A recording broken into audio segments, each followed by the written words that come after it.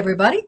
Thank you for joining us for Authors on the Air. I am your guest host, Deborah Ledford, and I'm honored to feature best-selling award-winning fellow Cherokee author Vanessa Lillie on the program. Say hello to the folks, Vanessa. OCO. Phew, so good to see you. So my episodes for Authors on the Air primarily focus on Native American and Indigenous authors. And first off, though, I want to thank you for all of the support you give to Native and non-Native writers as well. Your promotion of others, it's so kind and selfless and so very appreciated. So let me just say thank you at the start for all you do for us. Well, I'll say Wado right back to you because I love this program. And I know you, even before this, were a big supporter of authors like me. So thank you to you as well. Well, okay, but today's about you. And let's talk about, oh, here we go, right there. Blood Sisters. So when this was, there you go. Oh, I've got the hardback version with all my tabs. There's a map in the paperback. If there are any map fans out there. Oh, nice. That's very cool. Okay, so people get both versions. And the audio version, which is also spectacular. Both Indigenous voice actors, as well as an Indigenous woman producer. Nice. Oh, I'm jealous. So when the book was released, it became immediately a Target book club and Good Morning America book club pick. So much acclaim, and the kudos keep coming, and absolutely worthy. It's on every Native American, Indigenous, get out there and read book. So can you, it's a thriller, and it's a police procedural, family-driven, blood by tribe journey. There's vengeance and retribution and redemption, and it's so fascinating. How about if you tell us a little bit about Blood Sisters and your lead female BIA agent, Sid Walker? Yeah, so Sid Walker is an archaeologist for the Bureau of Indian Affairs. And if you're not familiar with Bureau of Indian Affairs or BIA, it's a branch of the government that's been tasked with managing tribal lands, because there are, tribal nations all over this country, hundreds and hundreds of them. And the BIA, in theory, is an intermediary in some ways, and even a connection point to communities. But history has proven them to be often more adversarial than not. And that's certainly a big part of Blood Sisters. Because Sid really has her foot in both worlds. She is Cherokee from northeastern Oklahoma, just like me. And she cares a lot about her work. And as an archaeologist, she sees herself as really a midwife from the present to the past, and helping tribes keep those connections strong. But working with the BIA, which has had a really difficult and contentious relationship with tribes, brings a lot of conflict to her character, which as writers we know is very important. So, of course, for Sid, for me, I did kind of give her my background. That's just, anytime you're telling story, I think to have her be a white presenting Cherokee woman from northeastern Oklahoma just felt like a good place for me to write from. And I also want to just explore the reality of where I'm from. I haven't done that in my books before. And northeastern Oklahoma, is a place that historically has had severe environmental injustice. And even though you live it and breathe it as a kid, literally, to actually go back as an adult and think about, okay, what does it mean that the creek next to my house ran orange? What does it mean that there were chat piles that we would slide down on Sunday afternoons? What does it mean that eventually a whole town had to be condemned and the people leave? And what was that process like? And so Blood Sisters is an opportunity for me to explore some of those questions that in some ways I had lived around, but I hadn't really thought about them from certain character standpoints. And then also, thankfully, there's just much more of a dialogue around missing and murdered Indigenous women and that crisis. And so I knew that I wanted to bring some of those threads into the story as well. So it was a lot of kind of personal things for me that just came together with, of course, the most important task, which is making sure it's a page turner. Right. Oh man, and you do. I wanna read just a little piece from Blood Sisters, top of chapter 25. Early thick drops of rain plop against the windshield like warning shots until the hard stuff settles in. And oh my gosh, and that's just the beginning. I mean, you build the weather as the suspense really, really starts to ratchet up. So tell us a little bit about that, and weather in Oklahoma. It's a pretty big thing, right? It is a big thing. I feel like if your mom or dad didn't have the Weather Channel on, were you ever really living in Oklahoma? Um, every conversation I have with my parents starts with what's going on with the weather. And in some ways it's a conversation piece, but severe weather is serious. And Blood Sisters, without a big spoiler, has a really severe weather moment that's based in real history. It's a real Yeah. thing that happened to this community. And I knew I wanted to build the story around that. And so it's really a huge plot point in the story. And Right. in the moment you read, I think Sid right after that looks outside and tries to see if there are any clouds that have tails, which is something you Right. learned to do growing up, because that might be a trouble. Because if that tail comes down, you're in for a tornado. You're looking So for the shelter, right? that's right. Yes. Well, you actually probably just stand on your porch and look around, but in theory, you should probably go to shelter. We don't always do that, but I do love finding moments like that when you can really infuse like the voice and the character, Right. like that phrase, the hard stuff, like that just gives you a little insight into that it's a common thing, but then also just sort of who she is and how she views things. And narrative doesn't come naturally to me. I think I write almost more dialogue oriented, almost like I'm seeing it on TV and listening to it. So I do, as a writer, have to really go back and think about where we need narrative to help readers get a sense of character, because narrative is just as important as dialogue to character, Right. because you really should be seeing the narrative through their point of view. And so that's always a big challenge for me in my later drafts. And even right now I'm revising the sequel to Blood Sisters. And one of the notes from my editor was, there's a lot of dialogue in these chapters. What's going on? Like, what is she thinking? And so I have to go back and think, okay, well, what is Sid thinking in this part? Like, what do I need to reflect outside of the back and forth, chatter? Right. Because we want to, it's as important getting to know Sid and what she's feeling as much as what she's seeing and going through. It's like, I felt like I really, really did get to know Sid. Okay. And, all of the characters, really. There isn't even, all of them are important characters for sure. But of course, this is a Sid driven story. And then I want to talk about the spirit who guides, okay, which is fundamental to Native American beliefs, many tribes anyway, of course, not all of them, but you provide us with one that's crucial to Sid's story, but it's not what it seems. And I'm not going to give any spoilers because it is truly shocking and really, really, it's like, wow, that was freaking brilliant. And it's, it turns out to be a most, shocking jaw-dropping sequences I've ever read. Oh, okay. Seriously, truly. Was the spirit element original to the first draft of the novel or something you came up with later? Yeah, so it wasn't even original to the manuscript that was bought by my publisher.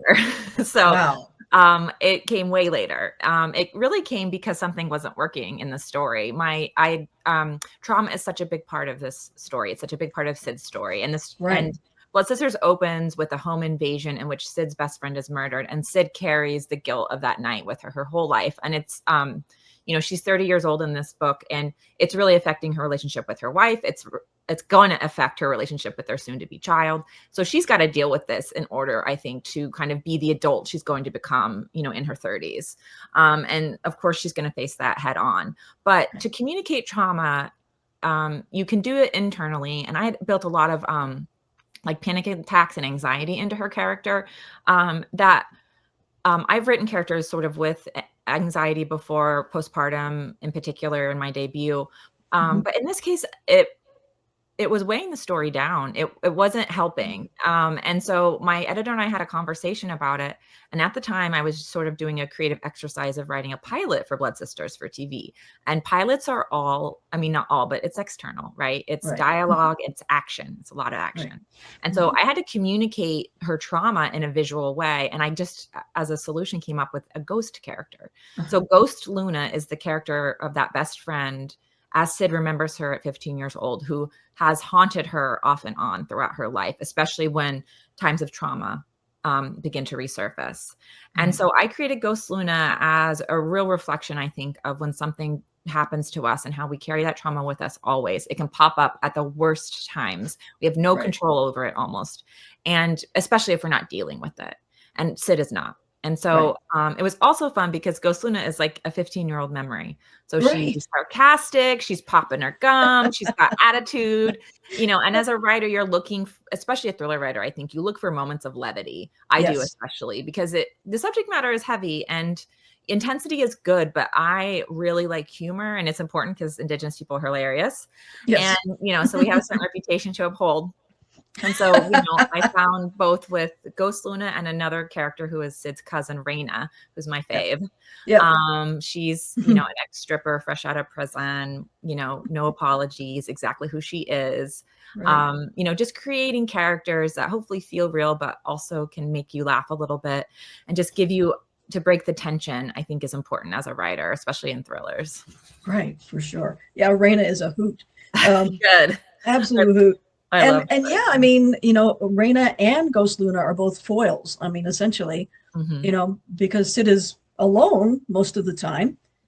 So, it helps. They both help keep her on track and, do a little bit of the smacking around a little bit. Yes, well, she needs that. And she does because she's all over the place. And, Raina knows her about as well as anybody. And I do like that about going home stories. Right. Because when you return, there's a lot of baggage, but you also see people who know you better than anyone, in the whole wide world. And they've probably seen you at your darkest moments, which her cousin had, and knew how to get you out of funks and knew how to help Sid kind of survive in a lot of ways. And so, I think that shorthand is really fun to see on the page and to create characters who can show, Sid wants to be a certain way, but if a cousin knows you since you were in diapers, they're going to act another way toward you. Right, exactly. That's for sure. So there's a spook light that's kind of also a bit of a guide when things start getting really bad for Sid. What does the spook light indicate, or tell us its purpose? Well, it's real, first of all. It's a real thing. I've seen it several times. So cool. Yeah. Wow. So it's in northeastern Oklahoma. It's been studied by, there's like an Unsolved Mysteries episode about it. But also the government has studied it many times. It's just a shine. It would almost, so it's in a real rural part of northeastern Oklahoma. And it's, is on kind of Quapaw indigenous traditionally land. And it's at the end of a long dirt road, and you flash your headlights a couple times and you wait. And generally speaking, you'll see what looks like a single headlight in the distance, and it will just start to move. And there's so many stories of it changing colors, coming into cars, splitting in half, chasing people around. I mean, I just grew up, and it's a thing that you do. Like, I went to it mostly with my church. We would do hay rides to the spook light. It's just something to do in northeastern Oklahoma. So I, wanted to write about it because it was real. Again, that's my vibe. I like to write about truth and fiction. And it's also just an interesting thing because we don't know what it is. And I do think it has some spiritual significance. I don't know what it is, but, a floating light that's been there generation after generation in a place that has a lot of pain and trauma, to me, feels pretty ripe for interpretation and metaphor. And, it makes a couple appearances in the book. I know, right? It's so cool. And it's just kind of, oh, is that real? Yeah, and it's almost, well, is she really seeing this or yeah, but yeah, apparently so. So Sid is a Bureau of Indian Affairs, representative, let's call it. She's the, an archaeologist, but it's an agency, as you mentioned before, that the reservations and Native people are often at odds with. How did you decide to give her this position rather than, say, a tribal officer or a city cop? Yeah, so the Bureau of Indian Affairs, they're sort of tasked with managing, if you will, all the tribal lands and relationships of federally recognized tribes, which are hundreds of tribes. And my uncle worked his whole career for BIA. My brother worked for over 15 years for BIA. And so, I've seen people do a lot of good in that organization, and I knew a lot of good had been done. But I also know there was a really painful, contentious past, and ongoing distrust among tribes in the BIA. So from a Right. writer standpoint, you can create a character that has a foot in both worlds. Mhm. You know, and so that was important to me to include within Sid both her want as a Cherokee woman to support the tribes. The story opens in New England. She's living in Rhode Island, which is where I live now, Right. and works with the Narragansett tribe particularly. And so she Mhm. wants to support the tribe, but at the same time, she works for an organization that's been very contentious with them. So that creates conflict right away, which is really fascinating. Right. And then as part of my process, I spoke and read to different members of BIA, and I wasn't originally going to actually have Sid be an archaeologist. I was going to have her be more land management, which would Mhm. just keep her only with trees and nature, Right. that kind of thing. But I interviewed an archaeologist who really had that view that she is an intermediary for the tribes and to help support them not only maintain as best they can their connections to their history and their past, but also think of ways forward. And I Mhm. just thought it was sort of beautiful what she was describing. And, you know, on paper, archaeology is a fascinating subject. Truly. I've learned a lot about the field, and there's a lot of problematic things in it. But, Right. you know, initially I just was sort of like, oh, cool, like Indiana Jones, which of course it is much more complicated than that if people know anything about Right. NAGPRA and Indian remains and the issues around tribal consent and rematriation. Right. Huge issues that have been great to explore. But you know, I thought, well, let's go this way. You know, I'm not a Mhm. science person, and so it was Right. challenging, but I am a research person. So I love Right. learning about archaeology and just thinking about how that would influence it as a person and character. And that's what, and that's one of the reasons that brings Sid back, to her people and the reservation is what I'm not going to give any spoilers, but you're going to be fascinated about Blood Sisters. Look at that. Yeah, I let me tell you, the final pages are rock and roll roller coaster ride. Let me just say that I recently reread Blood Sisters to Oh, refresh my memory because I listened to the audiobook version first. We mentioned that, but at one point I was painting a wall in my backyard and I just stood there while I was listening. My mouth was hanging open and a paintbrush was dripping as I stood there muttering "No way" over and over, and my dog's looking at me like I'm nuts. So did you, especially like for the ending? I know, mhm. did you come up with these elements while you were writing, or did you know where you wanted to wind up? People always want to know, do you come up with these originally, or do you add things in much later drafts? Yeah, I mean, kind of biggest twist in the book I knew at some point fairly early on because I had to build the book around it. And I really twists are very important to me as a writer because I love them as a Sure. reader. So much of what we Right. do as writers is like what we like as readers. Exactly. But the ending changed a lot. I had characters that did not make the final cut there. I had all different scenarios of Sid who like sneaks into a place without major spoilers that she's really not supposed to be.